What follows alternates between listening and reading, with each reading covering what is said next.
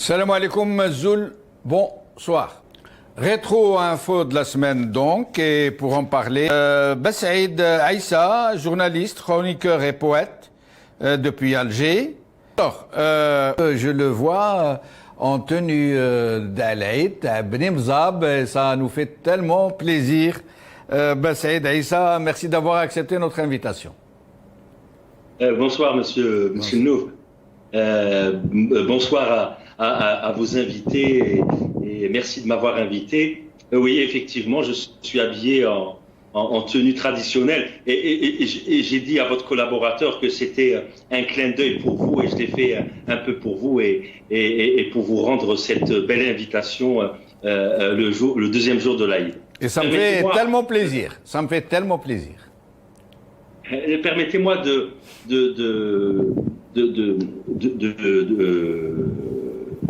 souhaiter mes vœux les plus sincères à tout le peuple algérien. نقول لهم صحة عيدكم تعيدوا وتزيدوا اللهم اغفر لنا الجميع ربي يحفظ الجميع ربي يصحضر تنمات ان شاء الله.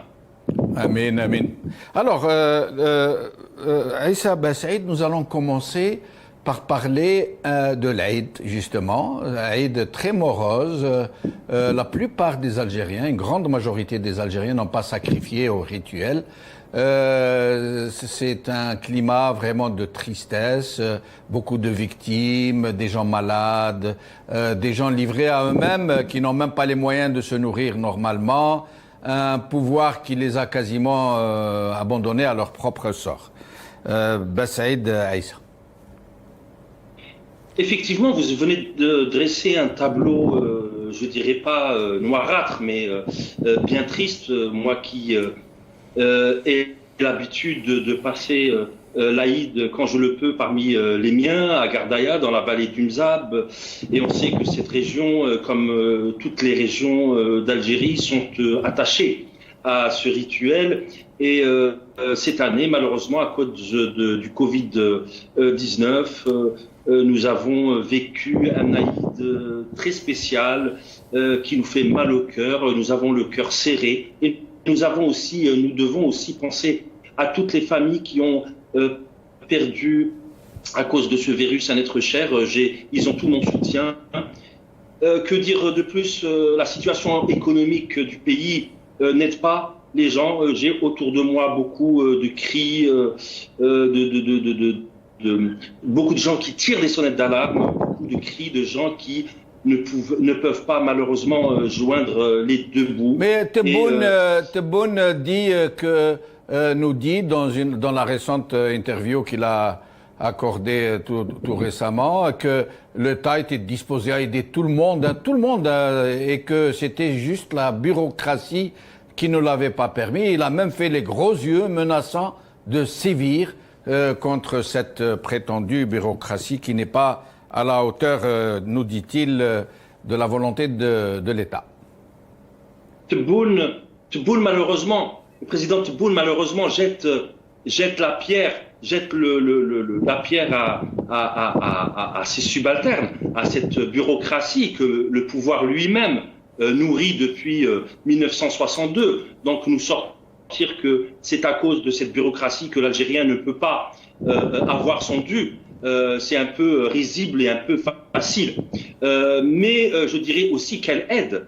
Quand on parle de 50 €, c'est-à-dire 10 000 dinars, et quand on voit la cherté de la vie, je suis à Alger, je suis parfois à Oran, je suis parfois aussi et souvent à Gardaïa, dans la vallée du Mzab. Et je peux vous dire que remplir son couffin est devenu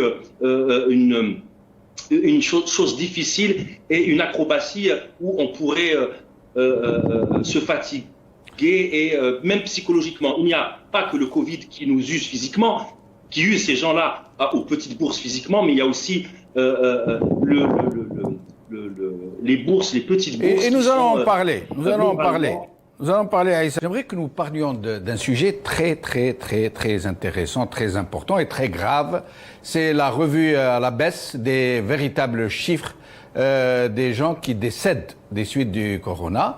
on nous donne un chiffre d'à peu près 1200 des personnes décédées, alors qu'il y a un indice que je vais vous donner qui montre un peu. Le ministre des Habous, le ministre des Affaires religieuses, a déclaré que, je ne me rappelle plus très bien du chiffre, mais en tout cas plus de 100, que plus de 100 imams ont décédé du coronavirus. Or, 100 rapportés à 1200, ça fait à peu près dans les 9%. Or, à ma connaissance, les imams ne sont pas 9% de la population. La proportion aurait dû être à peu près la même, si vous voyez ce que je veux dire. Donc, à votre avis, pourquoi ce régime? Parce qu'il ne fait plus de doute. D'ailleurs, certains journalistes sont en train d'enquêter au niveau des cimetières. C'est là où finissent tous les gens qui meurent. Et il semble que la moyenne de tous les cimetières d'Algérie est très fortement augmentée.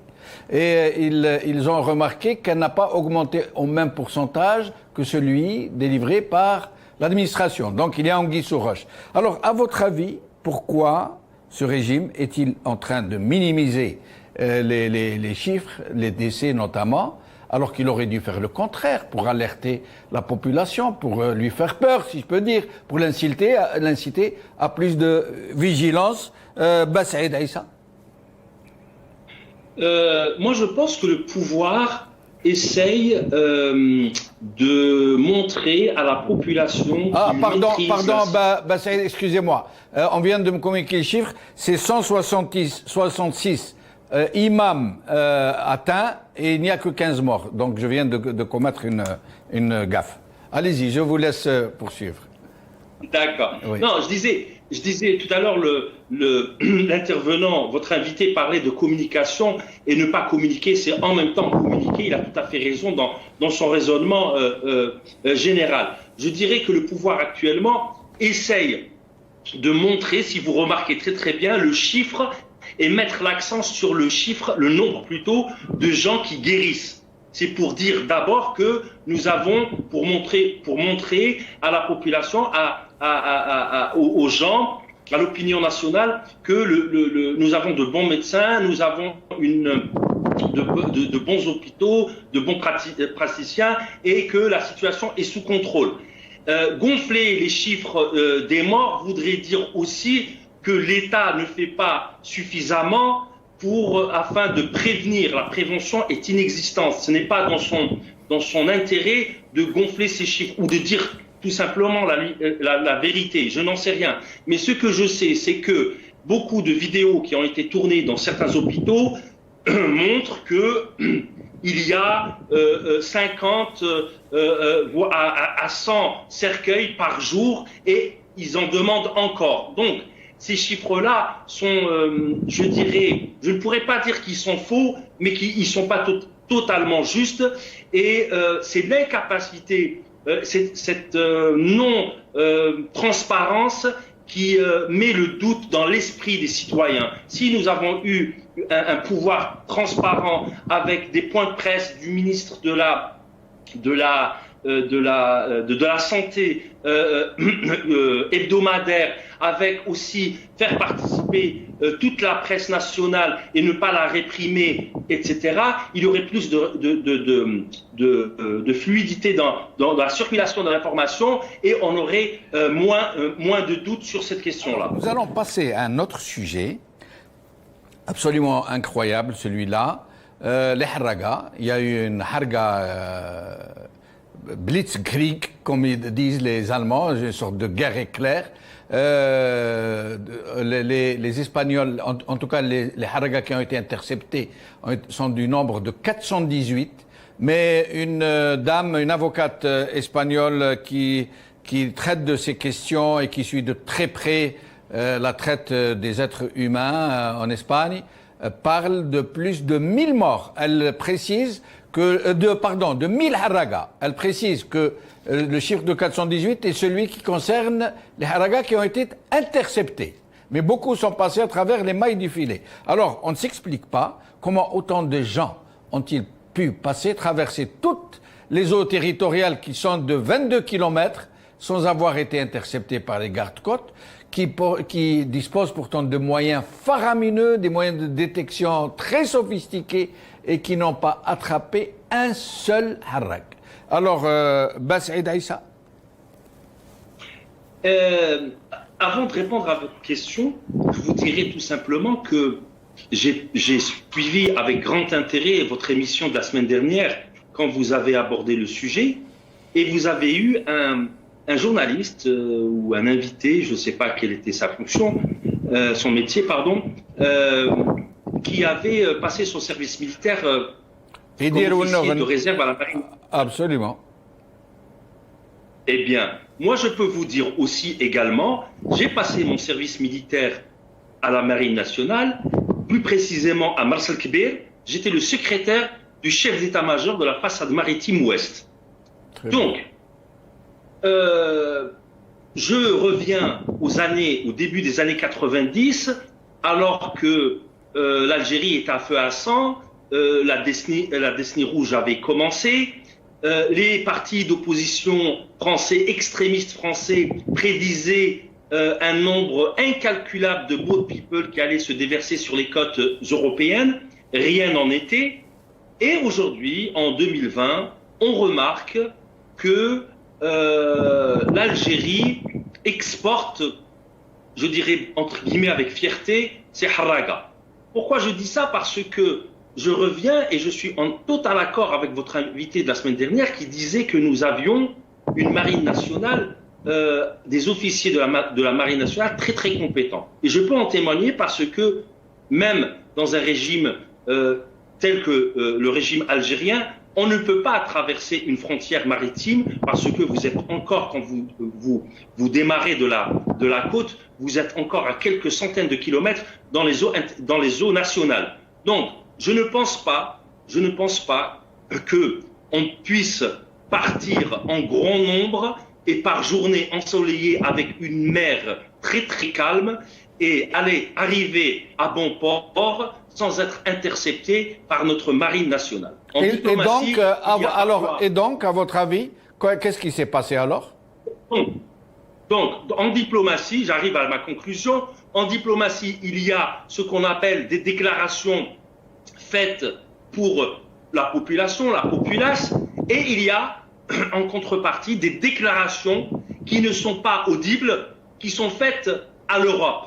L'Algérie veut faire passer un message très certainement à l'Europe pour dire, et vous l'avez précisé dans votre introduction, en disant que l'Algérie pourrait faire, entre guillemets, du chantage à cette Europe comme le faisait Muammar al-Kadhafi. Vous savez, c'est une monnaie d'échange. La politique, il n'y a pas, c'est pas la, on ne fait, celui qui veut faire de la politique et de la diplomatie, il faut qu'il sache quelque chose. Nous ne sommes pas dans le monde des bisounours. Ça ne se passe pas comme ça. On peut dire que M. Lavrov, comme l'a dit notre ministre des Affaires étrangères, c'est mon ami, nous avons de très bons rapports. Ça, c'est en façade, ça pourrait être vrai d'ailleurs. Mais en sous-main, en dessous de la table, tout se passe. Tout se passe en dessous de la table et je pense que l'Algérie veut, à travers ce geste-là, faire passer un message à l'Europe. Donc ce n'est pas, d'après vous, un coup tordu contre le Tebboune et ceux qui le protègent, c'est l'inverse. C'est le régime lui-même qui a fait du chantage à la Kadhafi à l'Europe pour obtenir des crédits ou on ne sait pas. Non. Moi, je n'ai que Monsieur Benchenou, moi je n'ai que cette explication parce que les gens qui disent, par exemple, qu'ils remettent en cause, parfois, j'entends ici et là, la compétence de notre armée. Non, ce pouvoir, il est militaire, il est dictatorial, il est parfois incompétent, il prend des décisions tordues, je suis tout à fait d'accord. Mais parfois, il faut savoir rendre ce qui appartient à César, ce qui appartient à César. Donc, moi, je pense que c'est voulu. On ne fait pas passer comme ça 500 à 1000 d'après les Espagnols, d'après une organisation espagnole, comme vous l'avez si bien expliqué lors de votre émission, 1000 boat people comme ça, 1000 harragas qui arrivent sur les côtes espagnoles ou françaises comme ça du jour au lendemain. Je pense que c'est un message des autorités algériennes et je pense que le message a été reçu 5 sur 5. On va passer au dernier sujet qui en fait peut être le plus important parce que il cache et révèle des choses autrement plus gravissimes. C'est celui de ces journalistes, en fait un journaliste et un réalisateur qui ont été emprisonnés. Les deux travaillaient avec France 24 directement ou par le biais d'une boîte de production libanaise et donc ils ont été arrêtés. Leur avocat nous avait dit arrêtés pour des chefs d'inculpation très graves, ce sont ses propres termes, qu'on leur reproche en 2019. Et puis, tout de suite après, France 24 déclenche une série de programmes où elle avertit et elle somme l'Algérie. Ils ont utilisé le mot immédiatement. Nous demandons la libération immédiate de nos collaborateurs. Et une cellule de crise a été installée au ministère des Affaires étrangères, Quai d'Orsay, et curieusement, miraculeusement, les deux personnes, on nous dit même qu'il y en aurait 3 ou peut-être même 4, ont été libérées de façon absolument supersonique.